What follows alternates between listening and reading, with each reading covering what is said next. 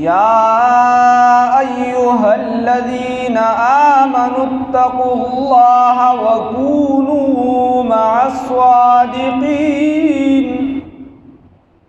ما كان لأهل المدينة ومن حولهم من الأعراب أن يتخلفوا عن رسول الله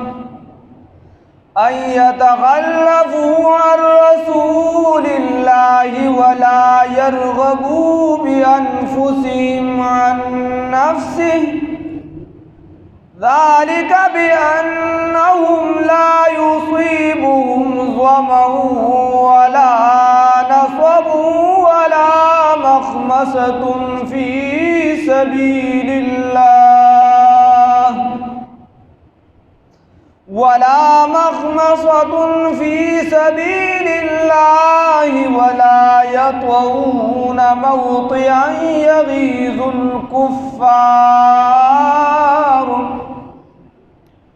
ولا يطؤون موطئا يغيظ الكفار ولا ينالون من عدو نيلا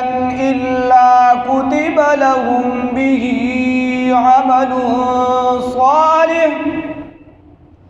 إن الله لا يضيع أجر المحسنين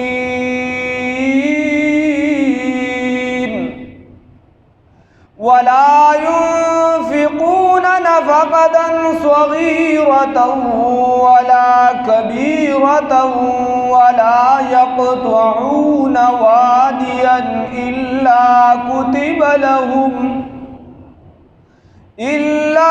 كتب لهم ليجزيهم الله أحسن ما كانوا يعملون. صدقت يا رب العالمين.